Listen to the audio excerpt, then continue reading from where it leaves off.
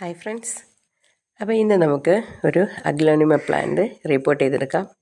അപ്പം ഈ പ്ലാന്റ് എനിക്ക് കിട്ടിയത് എവിടെ നിന്നാണെന്ന് വെച്ചിട്ടുണ്ടെങ്കിൽ 1.5 വർഷം മുമ്പ് കിട്ടിയതാണ് ഈ അഗ്ലോണിമ പ്ലാന്റ്.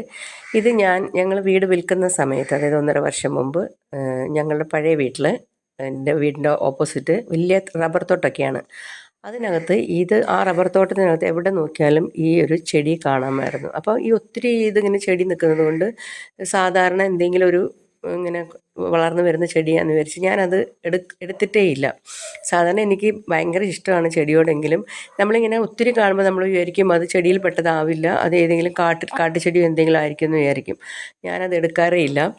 അങ്ങനെ പാലൊക്കെ മേടിക്കാൻ പോകുന്നതൊക്കെ ഇതുവഴിയൊക്കെ നടന്നു പോകുമ്പോൾ ഇത് കാണാൻ നല്ല ഭംഗിയാണ്. നിറച്ചിങ്ങനെ തിക്കായിട്ടല്ല, ഇതിങ്ങനെ വേര് പൊട്ടി പൊട്ടി പൊട്ടി പൊട്ടി പൊട്ടി പൊട്ടി പൊട്ടി നിറച്ച് ഇതുണ്ടായി നിൽക്കുന്നുണ്ടായിരുന്നു.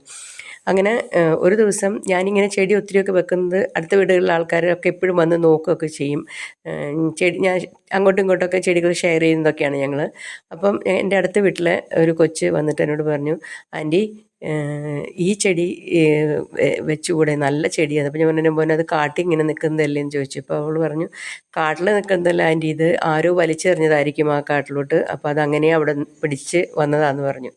അങ്ങനെ ഞങ്ങൾ വരുന്ന ഒരു സമയമായപ്പം അവൾ തന്നെയാണ് എനിക്ക് ഇത് അവിടുന്ന് പറിച്ച് എടുത്തുകൊണ്ട് വന്ന് തന്നത്. ഞാനത് ഇങ്ങോട്ട് കൊണ്ടുവരികയും ചെയ്തു. വെറുതെ ഒരു പാത്രത്തിൽ വെച്ചതാണ്.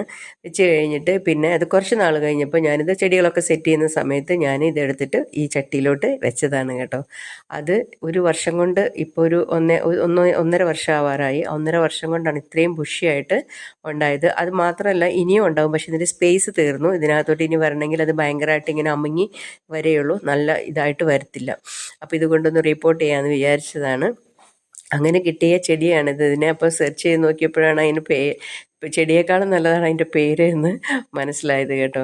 അപ്പോൾ സാധാരണ ഞാൻ ചെയ്യുന്ന പോലെ തന്നെ 1/4 ഭാഗം ചപ്പും അതിനകത്തിട്ട് മണലാണ് കുറച്ച് കൂടുതൽ എടുത്തിരിക്കുന്നത് കേട്ടോ. മണലും മണ്ണും ചാണകപ്പൊടിയും മുട്ടത്തോട് പൊടിച്ചതുമാണ് എൻ്റെ പോട്ടി മിക്സ്. അത് ഞാൻ ചേർത്തിട്ട് രണ്ടും ഞാൻ ഇതിനകത്തോട്ട് വെച്ച് കൊടുക്കുന്നുണ്ട്. അപ്പോൾ കൈകൊണ്ട് ഞാനിന്നൊരു ഇത് എടുത്തിട്ട് ഒത്തിരി താഴ്ത്തി ഇത് വെച്ച് കൊടുക്കേണ്ട കാര്യമില്ല, കാരണം എൻ്റെ വേര് നല്ലപോലെ താഴോട്ട് പോകുന്നതാണ്. ഇഷ്ടംപോലെ വേര് ഇതിനുണ്ട്. ഞാനിതൊന്നും കട്ട് ചെയ്തൊന്നും കളയുന്നില്ല, കാരണം പെട്ടെന്ന് തന്നെ ഇത് ബുഷിയായിട്ട് വരണം എന്ന് എനിക്കുണ്ട്.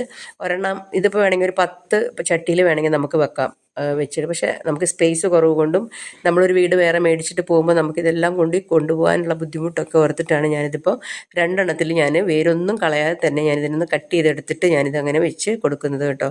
പിന്നെ മദർ പ്ലാന്റ് ഞാനിത് ഒടിച്ചെടുത്തിട്ടുണ്ടായിരുന്നു. അതും ഒരു ചട്ടിയിലോട്ട് വെക്കുന്നൊരു മദർ പ്ലാന്റ് കട്ട് ചെയ്ത ഭാഗം ഞാൻ എടുത്തിട്ടില്ല, അത് അവിടെ ഉണ്ട്. പൊട്ടി വളരണമെങ്കിൽ വരട്ടെ, അല്ലെ ചീഞ്ഞ് പോകുന്നെങ്കിൽ അത് കുഴപ്പമില്ല. അത് പോയാലും നമുക്ക് അല്ലാതെ തന്നെ ഇഷ്ടം പോലെ വേരുകളുണ്ട്. ഒരിക്കലും പോവില്ല എന്നുള്ള ഉറപ്പ് എനിക്കുണ്ട്, കാരണം ഞാനിത് നേരത്തെ കൊടുത്ത പോട്ടി മിക്സ് തന്നെയാണ് ഇപ്പോഴും കൊടുത്തിരിക്കുന്നത്. അപ്പോൾ 2 ചട്ടിയിലോട്ട് ഞാൻ ഇത് മാറ്റിയിട്ടുണ്ട്. ഇത് ഒരു 6 മാസം കഴിയുമ്പോൾ തീർച്ചയായിട്ടും ഇതുപോലെ തന്നെ, ഇത് ആദ്യത്തെക്കാളും കൂടുതൽ ബുഷിയായിട്ട് തന്നെ ഇത് വരുമെന്നുള്ള ഒരു ഇത് എനിക്കുണ്ട്. അപ്പോൾ നിങ്ങൾക്ക് ഇഷ്ടപ്പെട്ടോ? അഗ്ലോണിമ പ്ലാന്റ് പല കളറുകളിലുണ്ട്, നല്ല ഭംഗിയുള്ള പ്ലാന്റുകളാണ്. എൻ്റെ കയ്യിൽ കുറച്ച് ഇതുകളൊക്കെ ഉണ്ട്. അത് ഞാനിങ്ങനെ ഓരോന്ന് റിപ്പോർട്ട് ചെയ്യുന്ന സമയത്ത് നിങ്ങളെ കാണിക്കുന്നതാണ്. ഇഷ്ടപ്പെടുവാണെങ്കിൽ തീർച്ചയായിട്ടും ലൈക്ക് ചെയ്യാനും ഷെയർ ചെയ്യാനും മറക്കരുത്. Thanks for watching.